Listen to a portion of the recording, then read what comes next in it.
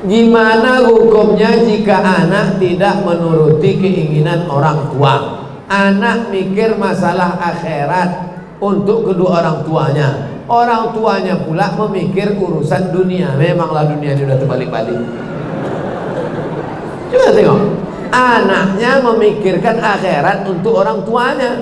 Orang tuanya pula memikirkan dunia. La ilaha illallah. Ini nasibnya sama dengan nasib Nabi Ibrahim alaihissalam. Nabi Ibrahim itu anaknya baik, bapaknya brengsek. Nabi Nuh, bapaknya baik, anaknya brengsek. Oleh sebab itu maka kita ingin bapaknya baik, anaknya baik, insyaallah. Amin. Oleh sebab itu maka wahai bapak-bapak, wahai ibu-ibu, anakmu yang sudah hijrah, yang sudah pengajian, selalu mikirkan akhirat, jangan nyogok, tapi dia pula menyuruh sogok. Kau sudah selesai S1, sudah selesai S2, sudah selesai S3, pergi ikut PNS, ini ku kasih 100 juta untuk nyogok. Ayah, ini haram nih. Apa haram-haram? Nanti kalau kau tak makan gimana?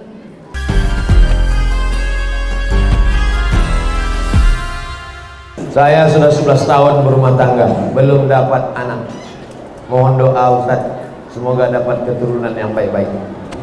Malam ini bapak sama ibu yang belum punya anak tahajud. Habis sholat tahajud, sebelum witir sholat hajat. Usolli sunnatal hajat. Tak usah disebutkan hajatnya. Usolli sunnatal hajat. Sudah 11 tahun gak punya anak, ingin punya anak laki-laki. Kalau bisa ya Allah lillahi ta'ala. Tak usah. Dalam hati aja.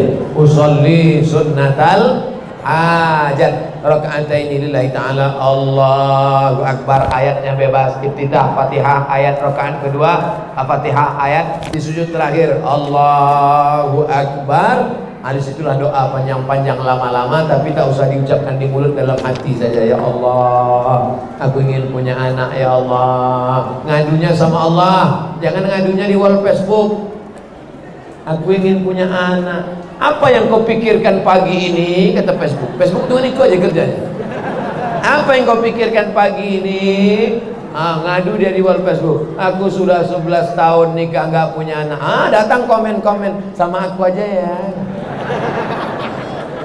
Facebook tuh hantu semua isinya.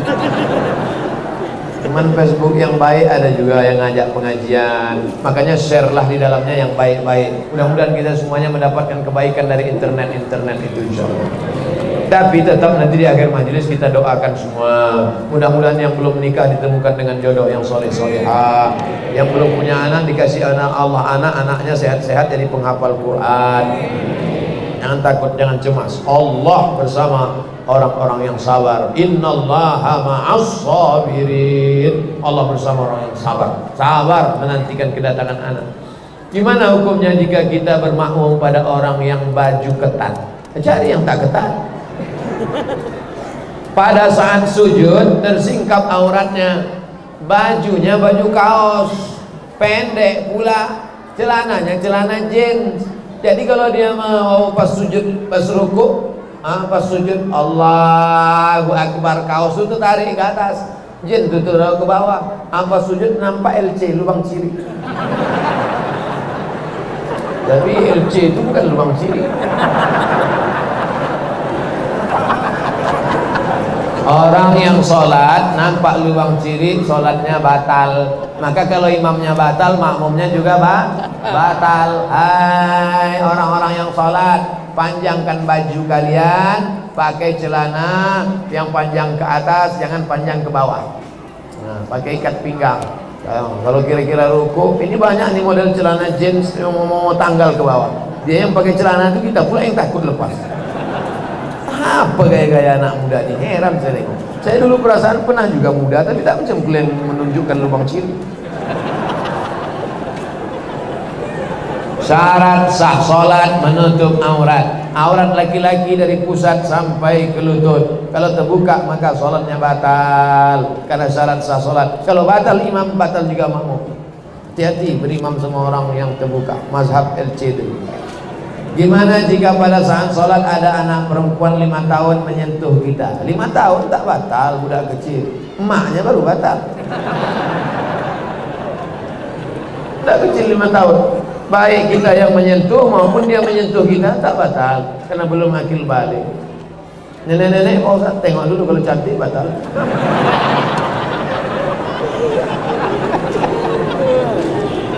Saya seorang supervisor ini pengawas di salah satu perusahaan. Dengan jabatan saya sering memasukkan pekerja di perusahaan itu saya masukkan. Mereka selalu memberi sesuatu seperti bentuk barang, uang sebagai ucapan terima kasih. Tapi saya tak mengharapkan itu. Mereka selalu mendesak. Oh, terpaksa lah itu namanya. Pak, ambil duit ini. Saya nggak mau. Terus saya jangan goda kami karena kami mudah tergoda. Jangan kasih saya duit. Ini nomor rekening, transfer aja. Menguji emas dengan api. Kalau mau menguji ini emas atau tak emas, nyalakan dengan api. Menguji orang dengan uang. Kalau mau menguji orang, uji dia dengan uang. Nah, kalau lulus dia ujian uang, lulus fit and proper test. Zaman Nabi SAW datang seorang pengutip zakat.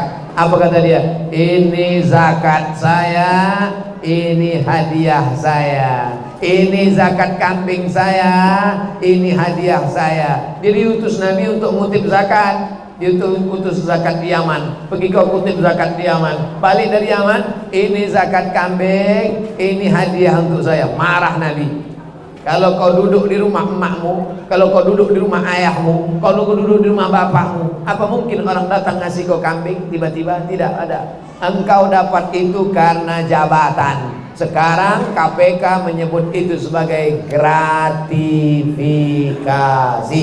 Kalau tertangkap sedang serah terima, OTT, operasi tangkap tangan. Oleh sebab itu hati-hati. Makanya dulu ada orang menikah, pejabat menikahkan anaknya, itu dibongkar KPK kotaknya itu karena tak mungkin kado. Masa kado isinya 1 M?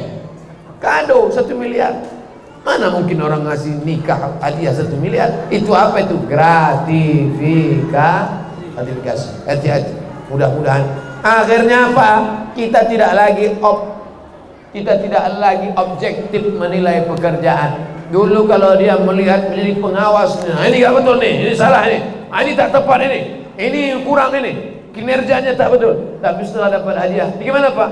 Ini sebetulnya tak betul, tapi ya, agak-agak betul aja. Hati-hati dengan gratifikasi. Pak Ustadz, saya sangat menyayangi orang tua. Saya pun sayang juga, bukan ente. Menyayangi anak, menyayangi suami dan sesama. Yang saya tanyakan, apakah saya salah kalau saya berharap doa dari orang tua, anak, suami dan sesama juga menyayangi saya dan berharap mereka juga menyayangi saya? Saya berharap mudah-mudahan semua jamaah mendoakan saya istiqomah dan husnul khatimah. Salahkah saya berharap doa jamaah? Oh, udah, jamaah jawabnya tidak, kata dia. Maka ibu berharap doa bapak, bapak juga berharap doa ibu. Kita berpisah dari majelis ini. Habis dari ini kita tak berjumpa, tapi sebenarnya kita masih tetap bersama karena bapak ibu selalu mendoakan saya. Apalagi kalau ayatnya pendek, qul huwallahu ahad, Allahus somad. Walaupun bapak sukanya nonton ceramah Ustadz Hadi Hidayat, tapi nyebut nama tetap nama saya kan.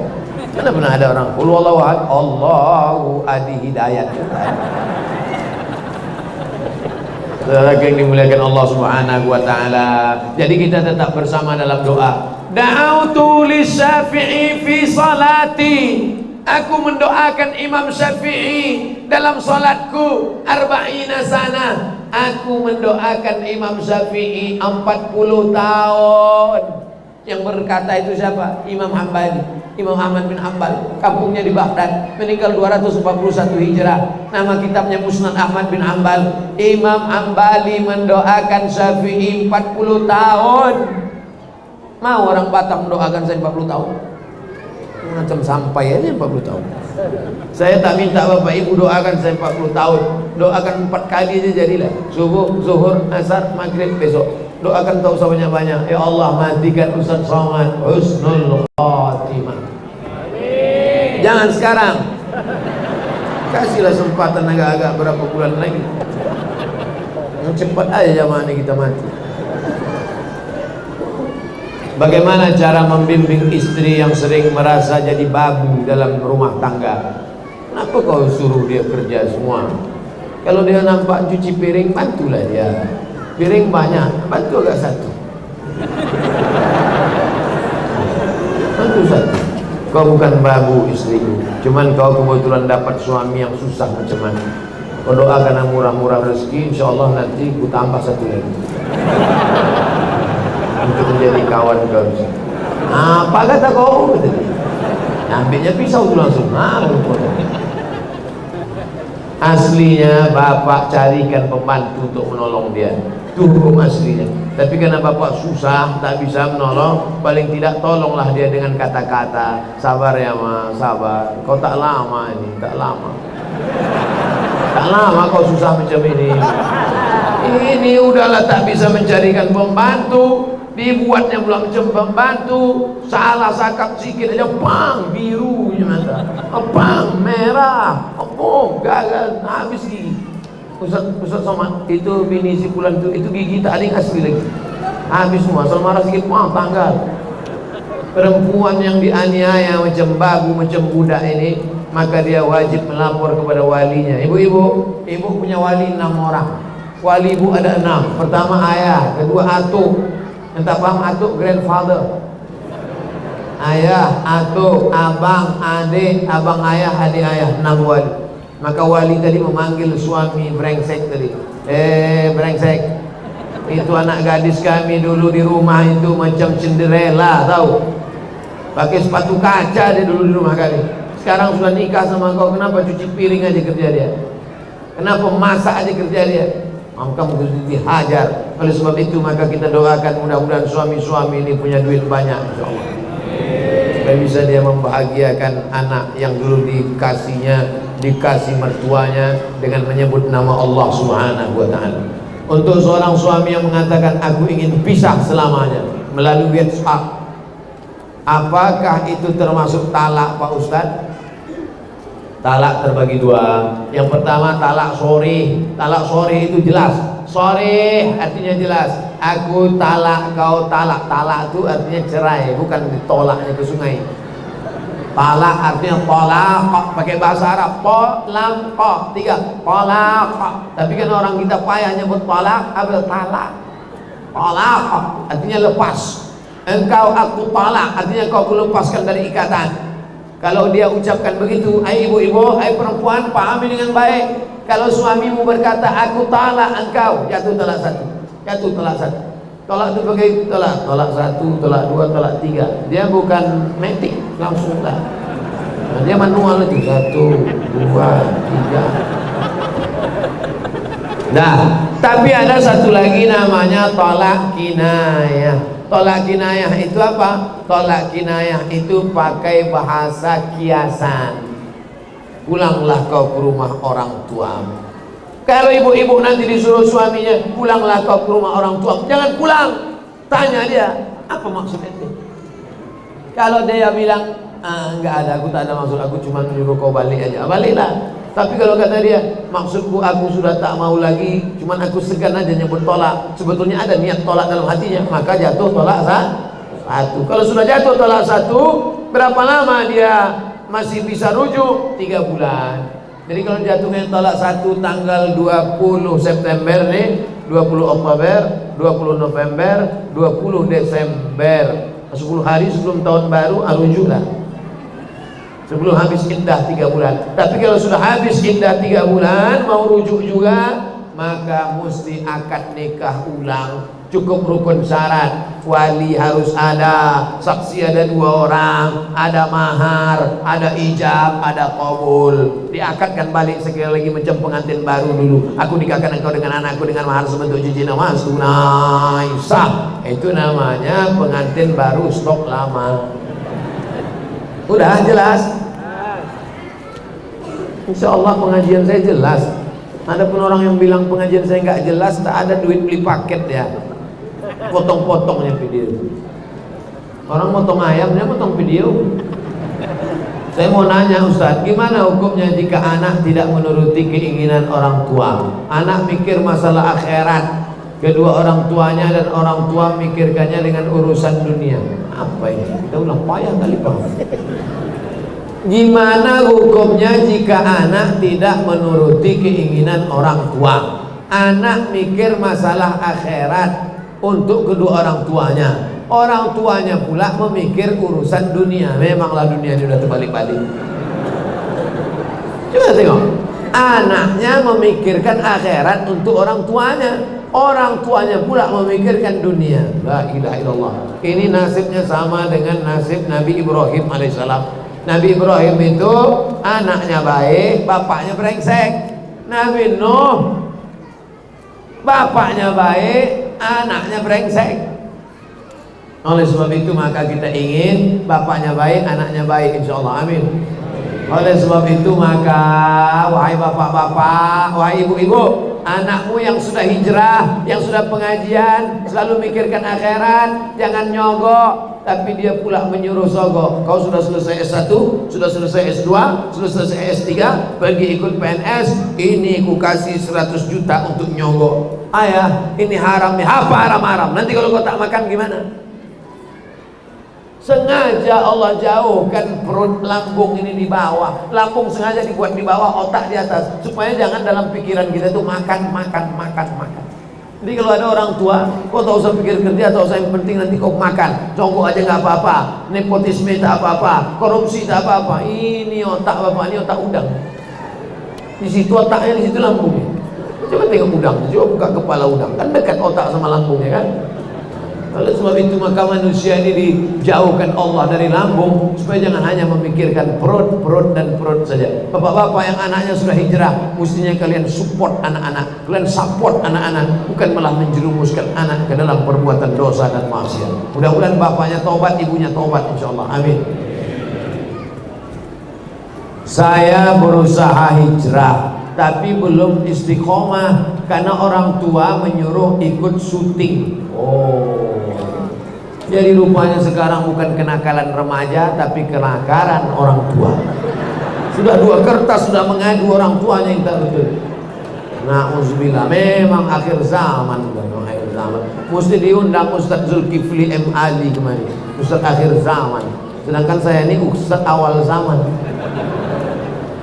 Saya berusaha hijrah, tapi belum istiqomah karena orang tua saya nyuruh syuting. Karena saat itu saya harus buka aurat. Mestinya engkau yang menyuruh anak gadismu pakai hijab, Pak. Mestinya engkau yang nyuruh anak gadismu pakai baju panjang, jubah, supaya tak nampak lekuk tubuhnya, Bu. Ini syuting nih, mau apa nih? Cari duit. Duit ini untuk apa? Untuk makan, pakaian. Hidup ini kan cuma 2, makan, pakai, sakit, mati, stres, depresi, masuk liang kubur. Hanya sejengkal pikiranmu dalam pikiran. Oleh sebab itu maka carilah rezeki yang halal, carilah rezeki yang berkah. Kulu, makanlah min thayyibat, yang baik-baik, halalan thayyibat, halal dan baik. Na'udzubillah. Sudah 2 kertas, ini trauma saya. Jangan-jangan kertas ketiga ini gitu juga orang tuanya. Ustaz, jika diperkarakan oleh Allah, jika diperkenankan oleh Allah, istri saya akan melahirkan anak, insya Allah jenis kelaminnya perempuan. Jika Ustaz berkenan, mohonlah Ustaz berikan nama. Ketahuan belum follow Instagram saya. Udah ku posting kemarin nama anak-anak perempuan. Inilah payahnya, Ustaznya udah milenial, jamaahnya pula ketinggalan zaman. Nih saya posting sudah nama anak-anak perempuan. Tengok ya. Makanya kalian cari-carilah Ustaz Abdul Somad Official. Nama anak-anak perempuan. Macet pula signal di sini. Berebut-rebutan signal rupanya kita. Ini nama anak-anak perempuan. Saya bacakan nama anak perempuan. Nama anak perempuan Nuaira. Kan panggilnya enak kan? Nuaira. Apa arti Nuaira? Secercah cahaya. Dua, nada. Masya Allah. Siapa nama anaknya? Nada. Apa arti nada? Embun. Sejuk kita tengok anak itu, embun pula. Tiga, inayah. Siapa namanya? Inayah. Inayah artinya karunia Allah. Empat, atiyah. Atiyah artinya anugerah Allah. Lima, adiba. Adiba artinya beradab, berbudi pekerti. Enam, nadira. Siapa namanya? Nadira. Apa artinya? Tiada bandingannya. Anak saya ini Pak Ustaz, tak ada bandingannya. Apanya? Jahatnya. Tak ada bandingan akhlaknya, suaranya, patuhnya, taatnya. Tujuh, Suhaila. Artinya kemudahan. Allah berikan kemudahan dalam hidupnya. Rezekinya mudah, jodohnya mudah, anaknya mudah. Nazifa artinya bersih. Ini anak saya Pak Ustaz, siapa namanya? Nazifa. Masya Allah, telinga berkurap. Betul. Naziha, siapa namanya? Naziha. Ini anak yang terakhir, siapa namanya? Sifa. Berapa semua anak? 9. Wah, banyak ah. Kok banyak kali anaknya? Ini Pak Ustaz 9, emaknya 3. Yang 2 udah meninggal. Ibu mau marah. Nah, jelas, sudah ada semua. Nama anak laki-laki Pak Ustaz. Anak laki-laki pun sudah diposting juga nih. Ini nama anak-anak laki-laki. Sudah. Siapa nama anak laki-laki? Pertama, Matin. Keren. Siapa nama anaknya? Matin. Matin artinya strong, kuat. Kalau saya gabung Arab dengan Inggris, mantap. Siapa nama anaknya? Matin Strong. Dua, Nidal. Siapa nama anaknya? Nidal. Artinya apa? Perjuangan. Mantap. Siapa nama anaknya? Mujtaba. Mujtaba artinya manusia pilihan. Ini ada satu lagi nama anaknya, Azka Azkia. Ini gelar Nabi Muhammad. Salamu alaik Azkal Azkia. Azka Azkia, tersuci di antara yang suci. Azka Azkia, paling takwa di antara yang takwa. Siapa namanya? Sami. Sami artinya orang agung dan mulia. Siapa namanya? Sumesi. Sumesi artinya matahari kecilku. Sebelumnya hari ini gelap aja Pak Ustaz. Sejak lahir anakku ini terang semuanya, matahari kecilku. Kenapa gelap? Berasap. Ini nama anaknya siapa? Nujaimi. Nujaimi artinya apa? Bintang kecilku. Ini nama anaknya siapa? Awal Mustaqbal. Keren. Awal Mustaqbal, harapan masa depan. Ibu pun bangga kalau udah disebut datang. Ini anak saya namanya Amal Mustaqbal, harapan masa depan. Kalau bapaknya masa lalu. Haidar, ilahi. Ilahi artinya Allah, Tuhanku. Haidar, singa. Ini siapa anaknya? Singa Allah. Apa beda singa sama anjing? Anjing menggonggong, orang tak takut. Singa diam aja takut. Anaknya mau jadi singa apa jadi anjing? Singa. Ustaz nih ngomongnya anjing-anjing sebut. Ada anjing dalam Quran, anjing Ashabul Kahfi. Lebih baik jadi anjing Ashabul Kahfi menjaga ulama disebut dalam Quran daripada menjadi orang yang mengkhianati ulama. Betul? Takbir. Jangan gara-gara ini balik dari sini semua beli anjing. Saya dari Tembilahan Riau. Wah, inilah jamaah yang paling jauh dengar pengajian. Dari Tembilahan. Sekolah di Ponpes Tajul Alawin Habib Bahar bin Smith. Masya Allah. Saya ingin bertanya, apa benar orang yang bernasab habaib itu nasabnya sampai ke Rasulullah SAW?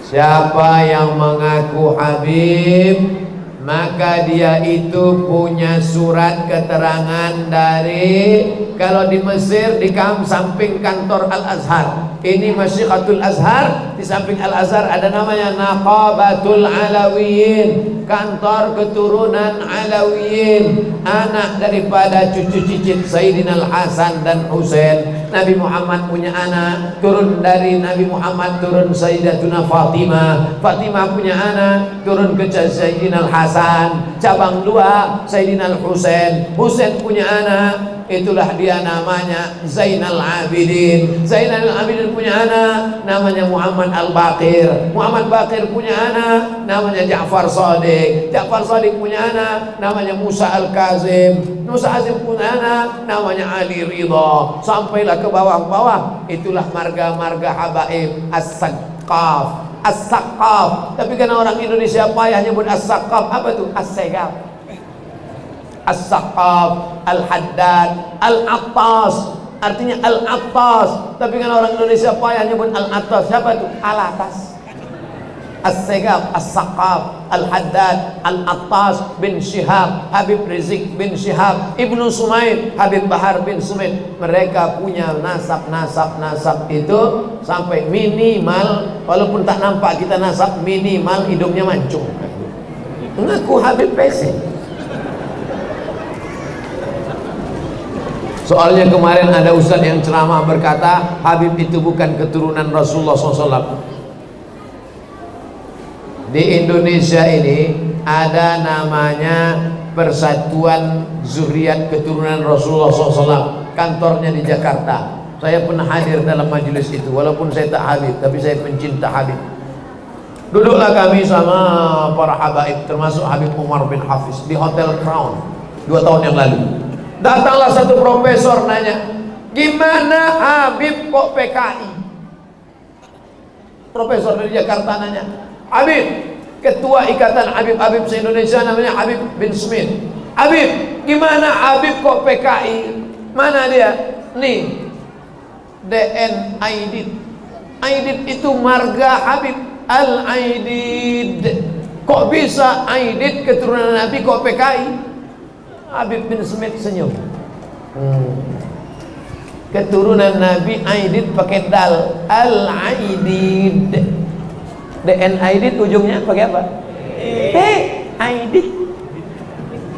Rupanya dia dulu waktu kecilnya pernah dipelihara Habib, kemudian lari nyasar sesat ke PKI. Nah itulah dibuatnya ujung namanya DN Aidid. Penyimpangan, dia bukan Habib, bukan keturunan Rasulullah SAW. Lalu kemudian ditanya, Habib, gimana cara mendeteksi dia Habib atau tidak Habib? Cukup kami cek 4 saja, nama kakeknya ke atas 4, nah itu bisa ketahuan dia Habib tak Habib. Oleh sebab itu maka ada lembaga yang mengatur ini. Kalau tidak maka semaunya saja orang, asal mancung Habib. Nauzubillah. Nama-nama tadi sudah, masalah Habib pun sudah. Kertas terakhir. Sudah jam 9:30 sesuai dengan program kita. Ceramah 1 jam, tanya jawab 30 menit, 90 menit. Mudah-mudahan bernilai amal dan ibadah. Belum lagi, masih ada kertas terakhir. Ustaz Abdul Somad, pakai dal, Abdul Somad, bukan Somad. Kalau Somad nama Allah, tempat meminta. Tapi kalau pakai T, Somad artinya diam. Takkan Somad diam? Tolong Ustaz jelaskan pada kami. 1, menceritakan kejelekan orang lain. Ayuhibbu ahadukum ayyakula lahma akhihi maitan. Maukah kamu memakan bangkai saudaramu? Ada orang di Batam mau makan bangkai saudaranya? Mana ada? Bagaimana mungkin ada orang makan bangkai saudaranya? Makan bangkai tikus saja tak mau, makan bangkai orang kok mau? Menceritakan aib orang lain. Boleh menceritakan aib orang lain, syaratnya 3. Pertama, di pengadilan ketika jadi saksi. Hakim bertanya, saksi, ya, benarkah Anda melihat dia mencuri? Sebenarnya saya mau ngomong Pak Hakim, tapi saya takut mini aib makan saudara saya. Gimana aku mau nangkap dia, kata polisi, kalau kau tak bersaksi? Maka kalau jadi saksi di pengadilan, boleh. Yang kedua, kapan boleh menceritakan aib orang lain? Menanya hukum kepada ustaz. Assalamualaikum Ustaz Somad. Waalaikumsalam. Ada yang mau saya tanyakan tentang si fulan. Apa masalahnya? Itulah Pak Ustaz, gak bisa saya ceritakan, takut aib. Gimana aku mau jawab? 3, menunjukkan kebatilan orang batil. Tiba-tiba ada caleg, nyalek dia, dibuatnya balehonya, orangnya sopan, baik, pakai jubah, nampaknya soleh, padahal penjahat. Maka mesti disampaikan ke masyarakat, ini topeng aja, ini penjahat, ini tak betul. Tapi sekedar untuk li'ibtalil batil wa ihqaqil haq, menunjukkan yang hak dan membatilkan yang batil, supaya masyarakat jangan sampai salah, batil betul batil, yang batil sangka betul sangka batil. 2, apa hukum memecah belah orang lain? Sedang memecah belah gelas tak boleh, apalagi memecah belah orang lain. La tanaza'u, jangan pecah belah. Fatafshalu, nanti kamu gagal. Wa tadhhaba rihukum, kehilangan semangat. Jangan kelahi. Kalau sudah kelahi, pecah belah, kehilangan semangat. Wa'tasimu bihablillahi jami'an wa la tafarraqu, bersatu padu menolong agama Allah. Nanti kalau ada pengajian-pengajian terus hadir, Habib fulan datang, hadir. Pengajian fulan datang, Habib datang. Untuk apa? Menjaga persatuan umat Islam di Batam, insyaallah. Amin. Apa hukumnya mau tahu semua urusan orang? Nah, ini biasanya wartawan. Dia mau tahu urusan orang untuk berita. Tapi kalau tidak ada wartawan, bagaimana mungkin kita sampai berita-berita yang baik-baik? Maka wartawan juga bisa menjadikan pekerjaannya sebagai amal. Malam ini tunjukkan majelis pengajian di masjid apa nih? Masjid Baitur Rahman di Batam. Ambil foto dari atas, ambil foto dari luar, tunjukkan pakai drone. Wartawan sudah menyebarkan pengajian, terinspirasi masjid-masjid lain mau buat pengajian, mereka pakai pula drone. Maka sudah menjadi amal. Maka ingin tahu kejadian boleh, tapi hanya sekedar menikmati aib, cacat, kekurangan orang lain. Dalam Islam kita diajarkan tuba liman syaghalahu aibuhu an uyubin nas. Kata Nabi, berbahagialah orang yang sibuk memikirkan aibnya, kekurangannya, cacatnya, sehingga dia tak sempat memikirkan aib orang lain. Mari kita sama-sama berdoa kepada Allah untuk kebaikan Batam, kebaikan kita di masa akan datang. Ala hadhihi niyyah wa kulli niyatin salihah. Al-Fatihah. A'udzubillahi minasyaitonir rajim. Bismillahirrahmanirrahim. Alhamdulillahirabbil alamin. Arrahmanir rahim. Maliki yaumiddin. Iyyaka na'budu wa iyyaka nasta'in. Ihdinas siratal mustaqim. Siratal ladzina an'amta 'alaihim ghairil maghdubi 'alaihim waladdallin. Amin. Allahumma anzilir rahmata wassalamata wal barakata ala hadhil jamaah. Turunkan keselamatan, kerahmatan, keberkahan, kesehatan kepada seluruh jamaah yang hadir malam ini ya Allah. Maupun yang tidak hadir bersama kami tapi ikut menghadiri, mendengarkan ceramah ini, mengikuti tausiah ini, maka berikan mereka kesabaran ya Allah. Allahumma ja'al abna'ana wa banatina min hufazil Qur'an wal hafizat. Jadikan anak-anak kami menjadi para penghafal Al-Qur'an. Minal mujahidina fi sabilik bi amwalihim wa anfusihim. Mereka akan menolong agamamu dengan harta, nyawa mereka yang kau titipkan di badan mereka ya Allah.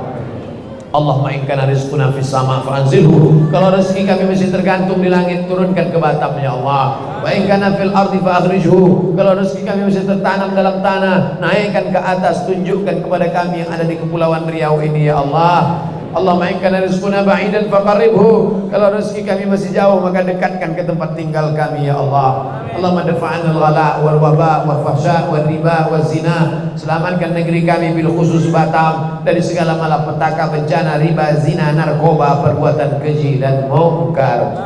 Allah marsukna imaman adila. Berikan kami pemimpin-pemimpin yang adil-adil dan amanah ya Allah.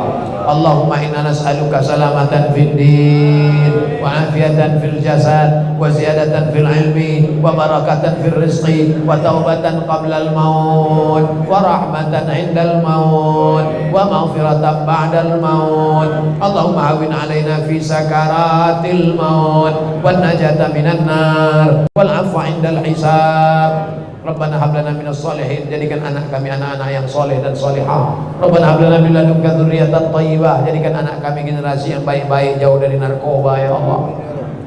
Rabbana hab lana min azwajina wa dzurriyyatina qurrata a'yun. Jadikan anak keturunan kami, pasangan hidup kami orang-orang yang sejuk dipandang mata dan menenangkan hati kami ya Allah. Allahumma khtim lana bi husnil khatimah wa la takhtim alaina bi su'il khatimah. Rabbana atina fid dunya hasanah wa fil akhirati hasanah wa qina adzabannar. Wa sallallahu ala sayyidina wa maulana Muhammad wa ala alihi wa sahbihi wa sallam.